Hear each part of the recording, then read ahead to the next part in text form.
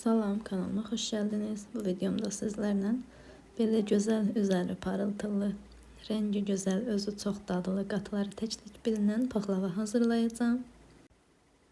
Əgər bəyəndiysəniz, like etməyi, kanalıma abunə olmağı unutmayın. İndi isə hazırlamağa keçid edək. Öncə şərbətini hazırlayıram ki, paxlava hazır olana kimi şərbətdə soysun. 2 stəkan şəkər tozu əlavə edirəm qaba. Üzərinə 2 stəkan da su əlavə edib qoyuram ocağa qaynamağa. Qaynara düşdükdən sonra xodunu az verirəm. 10 dəqiqə çox az xodda qaynayır. Biraz qatılaşır.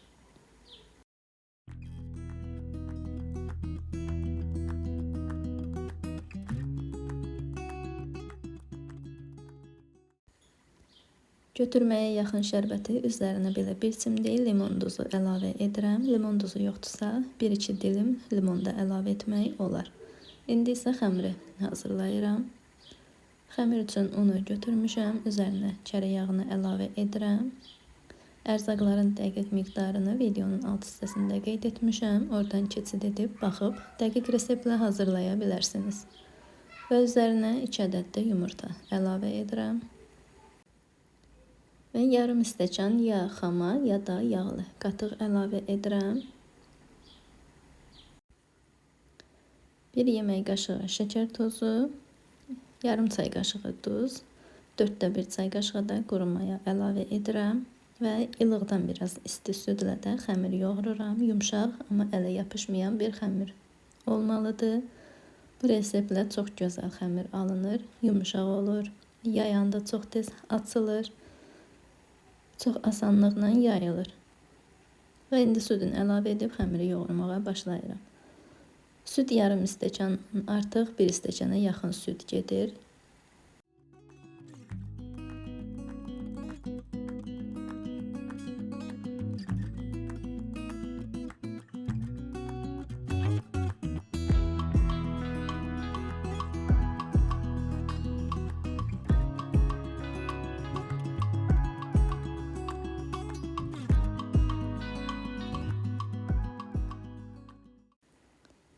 Belə bu yumşaqlıqda bir xəmir alınır. Üzərinə bir salafan örtüb gözlədirəm biraz. O sırada mən də içliyini hazırlayıram.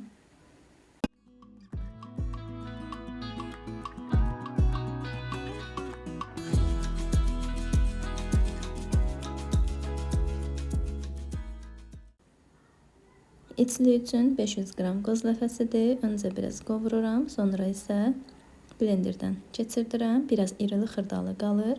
Üzərinə 400 qram şəkər tozu, 1 paçka da vanil əlavə edirəm. Əgər qoxusunu xoşlayırsınızsa 1 çay qaşığı da hel əlavə edə bilərsiniz. Və beləcə qarışdırıram. Sonra isə 250 qram da çörək yağı əridirəm. Yuxanı yağlamaq üçün çörək yağı da ayransız olmalıdır. İndi isə xəmiri kündələməyə başlayıram. 12 hissəyə bölürəm. 2 hissəsi böyük olur. Alt və üst kündələri, geri qalanını eyni boyda kündələyirəm. Ölçülərini də burada sizlərə göstərəcəm.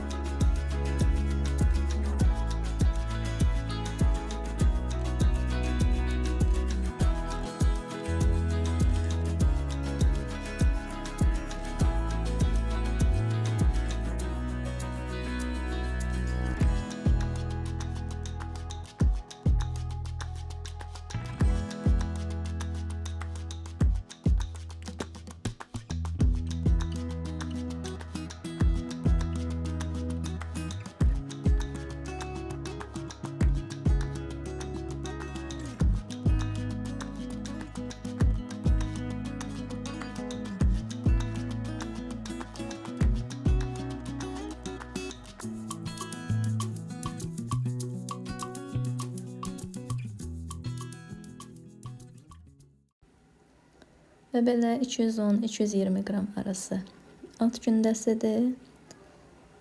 250 qram üzəri üçün olan bir tık artıq olur. 77 qram ara kündələrdir. 75-80 arası da edə bilərsiniz. İndi isə yaymağa başlayıram. Un əlavə edib yayıram. İstər qalın oxlovla, istər nəzik oxlovla yaya bilərsiniz. Çox asanlıqla yayılan bir xəmirdir. Əgər tək hazırlayırsınızsa, mən 6 ədədini yaydım, tək hazırlayırdım. Sonra yağladım, iç iliyini əlavə etdim.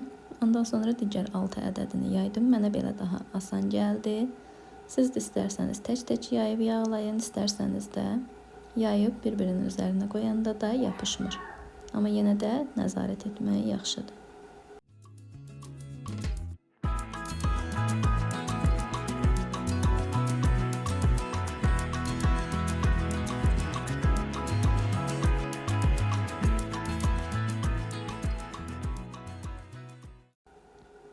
Və hazırlayacağım soba listini yağladım. Sonra birinci qalın gündəni beləcə yaydım və bir bulud qaşığı kərə yağı əlavə edib fırça ilə hər tərəfinə gələcək şəkildə çəkirəm. Bu qatına içilik əlavə etmirəm. İndi yenə bir yuxa yayacağım. Yağlayacağım. Ondan sonra içliyini əlavə edəcəm və bütün qatları eyni qaydada hazırlayacağım. Öncə yağ, sonra içlik, sonra yenə yuxa. Və ən sonda axırıncı qatdan yenə bir qat əvvəlkinə içliyi əlavə etməyəcəm.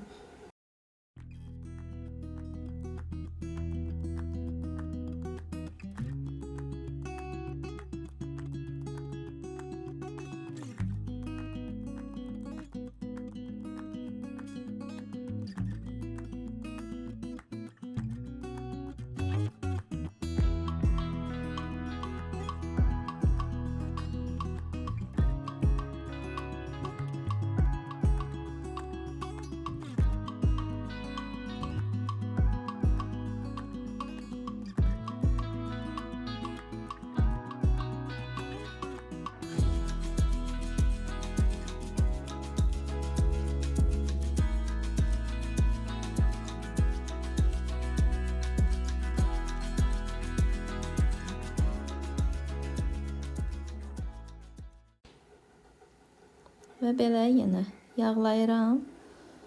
Sonra isə içliyini əlavə edirəm. İçlikdə yenə bir bulud qaşığı yarım əlavə edəcəm hər qatına.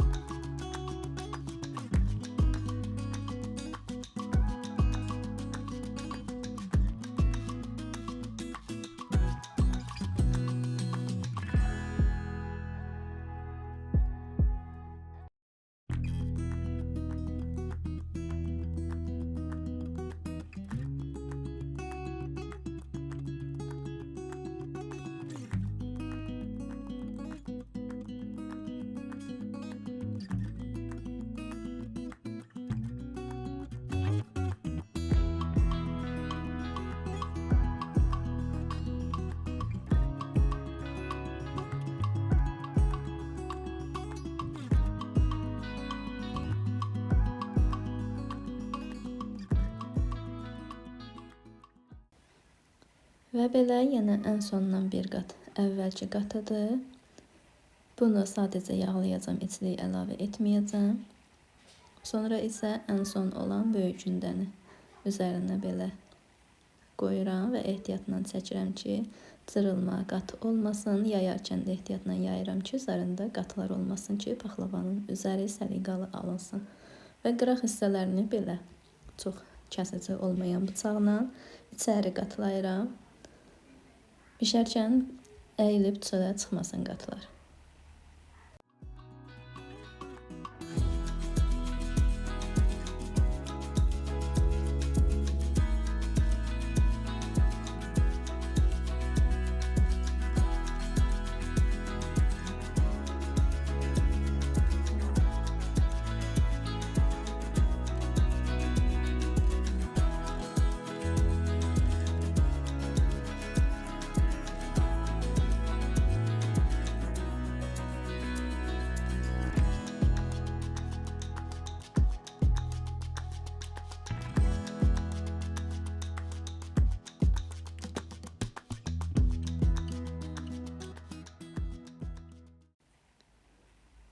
Sonra da belə kəsirəm.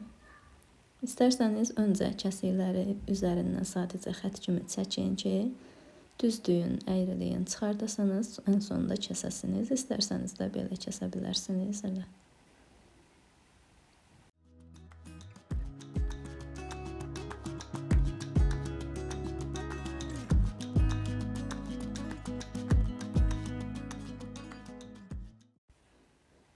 Və belə kəsdim hamısını, bir sırasını mən çox kiçik ölçülü paxlava etdim.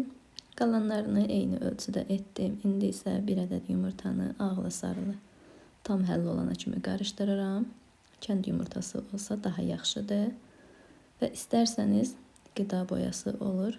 Portağal rəngindən bir cimdik yumurtanın içinə əlavə edə bilərsiniz. Rənginin sarı olması üçün.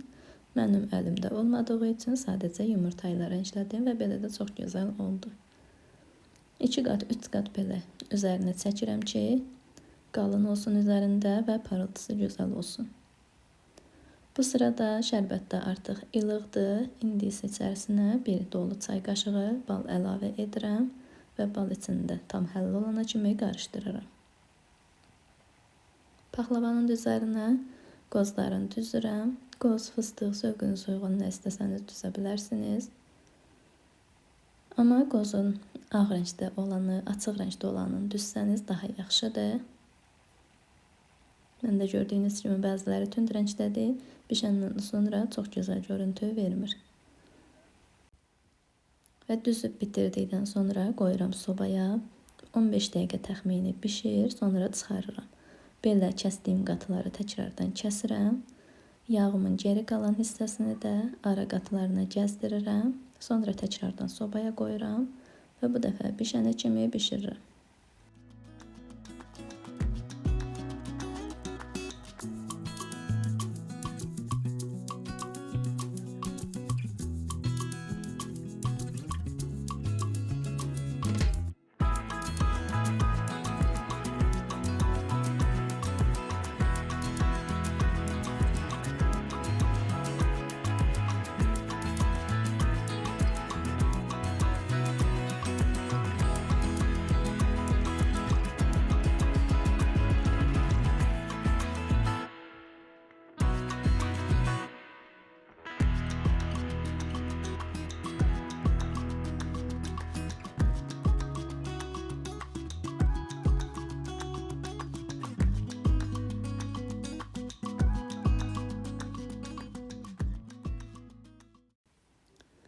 Artıq paxlavamız qızarıb.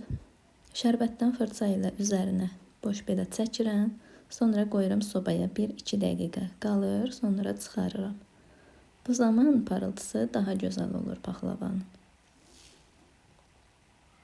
Burada artıq sobaya qoydum, götürdüm. İndi isə şərbətini üzərinə əlavə edirəm.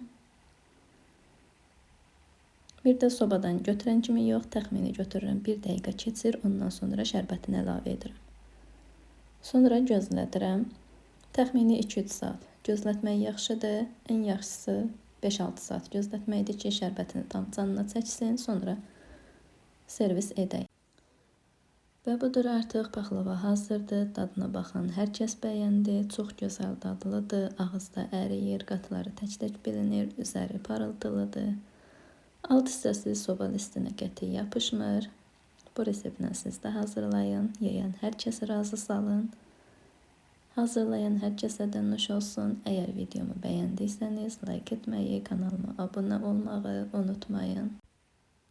Kanalımda başqa paxlava reseptləri də var. Onların da linkini bu videonun alt hissəsində qeyd edərəm. Başqa reseptlərə də baxmaq istəsəniz, keçid edib oradan baxa bilərsiniz. Əgər bəyəndiyiniz reseptlər varsa, like edib şərh yazmağı unutmayın. Sağ olun.